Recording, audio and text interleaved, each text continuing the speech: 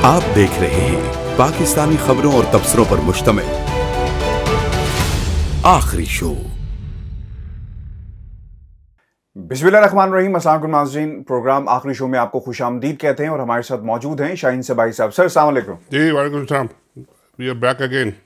Good sir, we are back again. और कल हमारा प्रोग्राम थोड़ा सा अधूरा रह गया था। मैंने कहा जो जी। चीज़ें अधूरी रह गई हैं उनको आज दोबारा टच किया जाए। जरदारी साहब की आमद हाई कोर्ट के अंदर और फिर उनकी ज़मानत हो गई सर। और इस ज़मानत के बाद उससे पहले उन्होंने जो सहाफ़ियों से बात की वो मैं आपके सामने रखता हूँ, बहुत ही इंटरेस्टिंग है। वो ये कहते हैं कि जरदारी साहब से सवाल किया गया कि बीमारी के बावजूद भी आप अदालत आ गए, नवाज शरीफ को वतन वापसी का मशवरा नहीं देंगे। ये मेरा ख्याल है प्लांटेड सवाल था। जी। जिस पर उन्होंने कहा कि मियां साहब आना चाहें तो बिस्मिल्लाह, ना आना चाहें तो उनकी अपनी मर्जी है, हम कौन होते हैं रोकने वाले। फिर उनसे सवाल किया गया जिसका उन्होंने जवाब दिया। मैं जवाब आपसे शेयर कर लेता हूँ कि मेरा डोमिसाइल सिंध का बेहतर नहीं है, सिंध का है। नवाज शरीफ का डोमिसाइल बेहतर है। उन्होंने इशारा जो है एक बार फिर अदालतों को क्रिटिसाइज किया है। और फिर दूसरी तरफ उन्होंने ये भी कहा कि सेलेक्टर से क्या आपके राब्ते हैं, तो उन्होंने कहा कि क्यों भाई, मैं इस मुल्क में नहीं रहता। और मुस्कुराते हुए उन्होंने इसका जवाब दिया। तो सर इसका मतलब है कि राब्ते उनके कहीं ना कहीं मौजूद हैं। और जो चीज़ उन्होंने क्रिटिसाइज़ की, पाकिस्तान की अदालतों को क्रिटिसाइज़ किया, सेलेक्टर्स के साथ राब्ते की बात की, और फिर उन्होंने ये भी कहा कि जी मेरे राब्ते मौजूद हैं। इसलिए हमें तो सर ऐसा लगता है कि डील जिसकी आप भी बात कर रहे थे, मैं भी कर रहा था अपने इस प्लेटफॉर्म से, कि आसिफ अली जरदारी का लाहौर आने का मकसद कहीं ना कहीं डील का मकसद था, जो पूरा होता हुआ नजर नहीं आ रहा। लेकिन वो ताक में है, कोशिश में है कि उन्हें देखिए कहीं ना कहीं किसी न किसी तरह मिल जाए। जरदारी साहब की जो काफ़ी लंबी आपने 1-2 दिन की एक्टिविटीज़ बता दी, मैंने भी देख रहा था उनकी कि क्या। पहली बात तो ये है कि पहले जब उन्होंने दरख्वास्त दी तो वो कोर्ट ने कह दिया कि जी आप खुद पेश हों और फिर हम कंसिडर करेंगे। तो वो मेरा ख्याल है कोर्ट का ऑर्डर आया तो उन्होंने कोई जहाज़ पकड़ा और वो उसी वक्त बैठ के इस्लामाबाद आ गई, या पता नहीं शायद इस्लामाबाद में ही हो, कराची में थे, एयर एम्बुलेंस या लाहौर से, कहाँ जहाँ से भी थे वो कुछ घंटों के अंदर ही वो पहुँच गए। सारी बीमारी वो जो ज़ियाउद्दीन अस्पताल में लेटे थे जाके वो सब भूल गए और फ़ौरन पहुँच गए, क्योंकि उन्हें पता था कि ये उसके बगैर होगा नहीं, और जब ये पहुँचेंगे तो फिर फ़ौरन हो जाएगा। क्योंकि maybe it was agreed और maybe it was desired कि आप आएंगे तो फिर ठीक हो जाएगा सारा।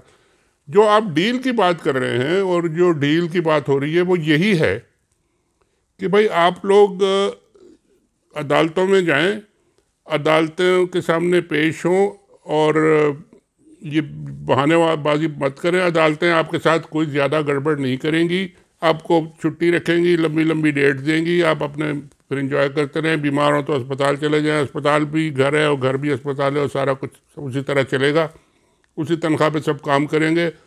और जो ये लोग गए थे ये बड़ी वाली मीटिंग में नेशनल सिक्योरिटी की, और वहाँ जाके जो बातें हुई हैं वहाँ पे भी मेरा ख्याल है मैसेज यही मिला है कि जी आजकल नेशनल जो हमारी रिक्वायरमेंट है, सिक्योरिटी रिक्वायरमेंट और स्ट्रेटेजिक रिक्वायरमेंट, जो पूरा ये सिनेरियो बन रहा है हमारे इर्द गिर्द, अफ़गानिस्तान और ये वो, इसमें हम लोगों को आप अलग काम करने दें, गवर्नमेंट को और सिक्योरिटी को और फौज को और इन सबको ये काम करने दें। आप अपनी लड़ाइयाँ अपने पास रखें और आपको ज़्यादा तंग नहीं किया जाएगा। और यही मेरा ख्याल है लार्ज जो डील जो है, अगर मतलब डिफाइन इस तरह तो नहीं है, कोई रिटर्न कोई एग्रीमेंट या रिटर्न कोई वो तो नहीं है, लेकिन अंडरस्टैंडिंग आप उसको कह लें कि जी अगर है कोई बड़ी अंडरस्टैंडिंग तो वो यही है कि जी आपको भी तंग नहीं किया जाएगा, आप हमें ना तंग करें, हमारे जो बड़े बड़े नेशनल स्ट्रेटेजिक इंटरेस्ट जो हैं उसमें काम करने दें। CPEC का जी आपने देखा 2-3 दिन में काफ़ी चीज़ें सामने आई, प्राइम मिनिस्टर भी गए वहाँ पे, और ये सब काम चलने दें। और बस यही एक लार्जर अंडरस्टैंडिंग है, यही लार्जर डील है, और इसके बाद कुछ नहीं है। छोटे मोटे वो केस वेस चलते रहेंगे, कभी बेल हो गई, कभी नहीं हुई, कभी कुछ हुआ, और ये इसी तरह चलेगा। जरदारी साहब इस बात पे बहुत खुश हैं, उनको कोई मसला नहीं है। वो कहते हैं कि 10 केस आप और लगा दें, 10 अपार्टमेंट मेरे आप और ढूंढ लें, कोई फ़र्क नहीं पड़ता, मैं सब भुगत लूँगा, मैं भुगत चुका हूँ। और वो कर रहे हैं, और ये उनकी बड़ी स्ट्रेटजी जो है वो सक्सेसफुल है। और बाकी सब वो बातें जो उनसे कोई पॉलिटिकल सवाल करे वो कहते हैं जी बिलावल से पूछो बिलावल बेचारे का क्या है।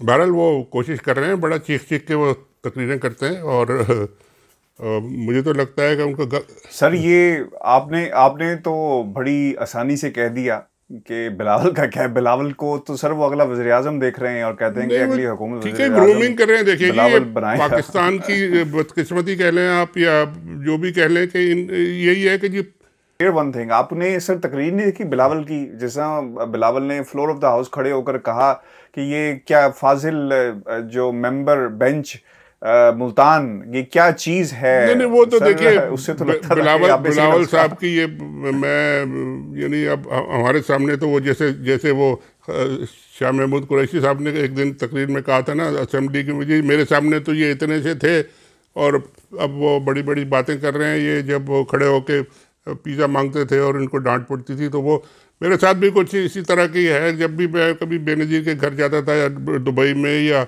तो ये छोटे से ही थे बार, कभी मेरी इनसे 1-on-1 बैठ के सीरियस बात इस तरह नहीं हुई कि जी कोई सीरियस पॉलिटिकल डिस्कशन हो या सीरियस बात हो। बस ठीक है, ग्रो कर रहे हैं। अब हमारी जो प्रॉब्लम जो है, हमारा जो हमें जो विरसे में जो मिला है वो ये कि ये सारे बच्चे बड़े हो के इनको पूरा मुल्क जो है ना अपने खर्चे पे ट्रेनिंग देगा, पूरा मुल्क इनको सियासत सिखाएगा, तकरीरें करना सिखाएगा, प्रोटोकॉल देगा, ये करेगा, सिक्योरिटी देगा, और फिर जब इनको कुछ समझ आ जाएगी तो ये हमारे ऊपर हुकूमत करेंगे कि जी हम तो लीडर हैं, हम जो करेंगे। तो ये हमारी ट्रेजेडी जो है ना, प्रॉब्लम हमारा ये है। और कोई लीडर वीडर ना बन सकता है इनके होते हुए, ना किसी को वो पूछते हैं, ना और पकड़ा कोई नहीं जाएगा। यानी अब इनके भी ऊपर केसेस वेसेस हैं, मेरा ख्याल है बिलावल का नाम भी कहीं ना कहीं है। और मैं तो दो तीन दफ़ा कह चुका हूँ कि भाई आप बताएं, आपने जो डिक्लेयर किए हैं बिलियंस, अपने डिक्लेयर किए हैं ना जी, इलेक्शन लड़ा है इन्होंने तो डिक्लेयर किए होंगे, बिल्कुल किए हैं, वो कहाँ से आए? और वो अगर आपको आपके वालिद ने या वालदा ने दिए हैं तो उसका भी कोई रिकॉर्ड तो होगा कि जी वो कहाँ का माल है, चोरी का माल है, बेचा है, सरे महल बेचा है या अपार्टमेंट बेचा है या न्यूयॉर्क का वो पेंट हाउस बेचा है या क्या बेचा है, दुबई के घर बेचे हैं, कहाँ जो जायदादें थीं उनको बेच के आया है। तो वो जो उनकी रहमान मलिक की और बेनज़ीर की जो कंपनियाँ थी लंदन में ऑयल फॉर फूड के जो चक्कर में वो थी, hundred of billions of pounds की वो थी, वो सारे के सारे पैसे रहमान मलिक साहब ने गोल करके ज़रदारी साहब से इनको भी कुछ ना कुछ दिया होगा।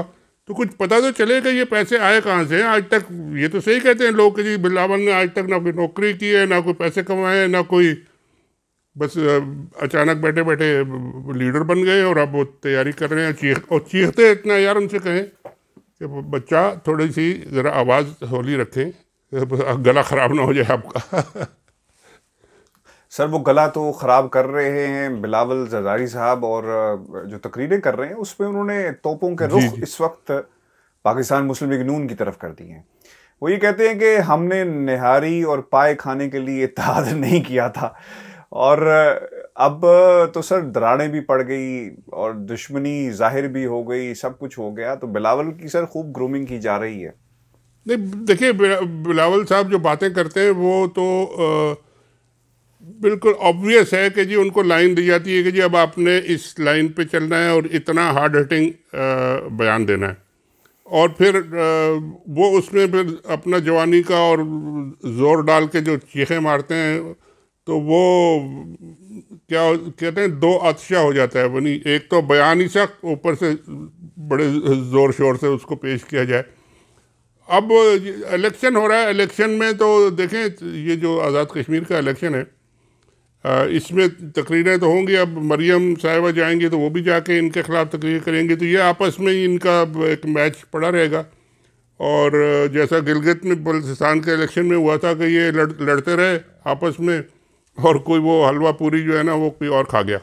तो यहाँ आज़ाद कश्मीर में भी कुछ ना कुछ ऐसा ही सिनेरियो नज़र आ रहा है। और पहले से ही उन्होंने कहना शुरू कर दिया कि जी अगर धांधली नहीं हुई तो हम जीत जाएंगे।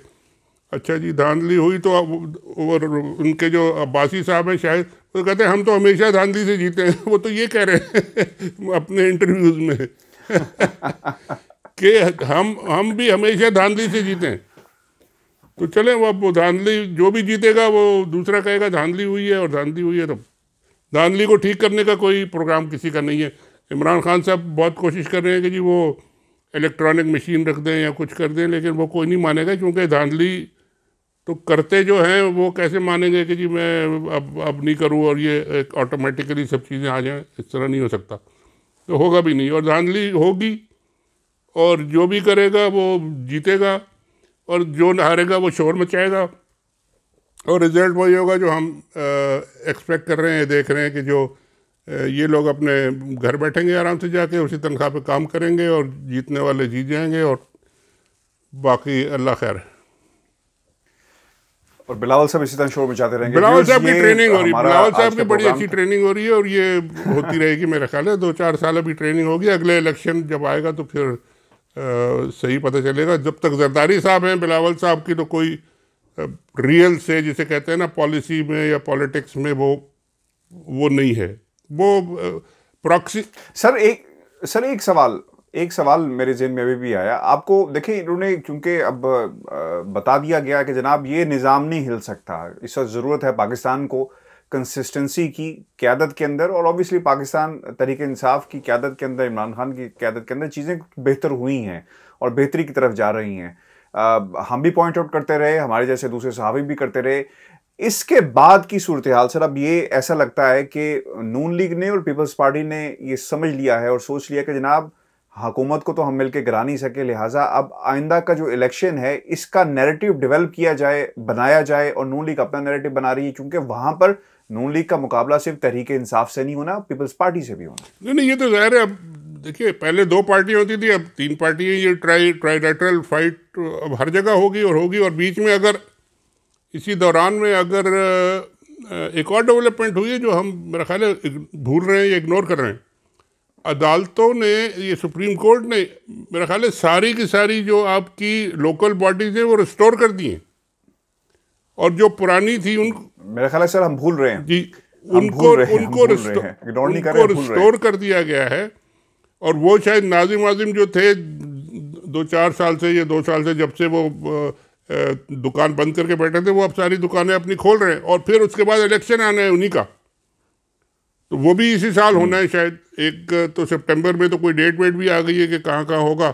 डिफेंस जो एरियाज हैं, कैंटोनमेंट्स हैं, डिफेंस एरियाज, कैंटोनमेंट्स, वहाँ तो मेरा ख्याल है हो जाएगा, और वहाँ पे भी पता लगेगा आपको कि वहाँ का क्या सूरत हाल है।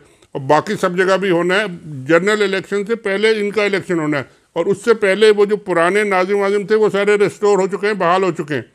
अब वो कहाँ से निकलते हैं, कैसे निकलते हैं, उनको कितना काम करने दिया जाता है या क्या वो करते हैं, ये तो अभी एक और नया एक कट्टा खुलेगा, जिसे कहते हैं ना पेंडोरा बॉक्स खुलेगा कि जी वो चीफ मिनिस्टर साहब कुछ कहते हैं पैसे नहीं दे रहे, और वो नाजिम गुजरावाला और गुजरात और फलाने जो बैठे वो शोर मचाएंगे कि जी हमें तो बेबस कर दिया। ये सारा कुछ अभी नई पॉलिटिक्स ये चलेगी अराउंड लोकल बॉडीज़, और इसमें भी बहुत सारी चीज़ें डिफाइन होंगी कि अगले इलेक्शन में क्या होना है, और ये इन सब पार्टीज़ का आपस में मैच पड़ेगा बड़ा सही, तो काफ़ी गर्मा गर्म मालूम रहेगा। लेकिन ये सब आपस में लड़ते रहें, जो सही काम करने वाले लोग हैं, जो नेशनल पॉलिसी और नेशनल इंटरेस्ट को देख रहे हैं, वो अपना काम आराम से करेंगे, क्योंकि उनको एश्योर कर दिया गया है कि जी हम आपके मामलात में दखल नहीं देंगे, और गाली गलौज जो पहले होती थी वो नहीं करेंगे।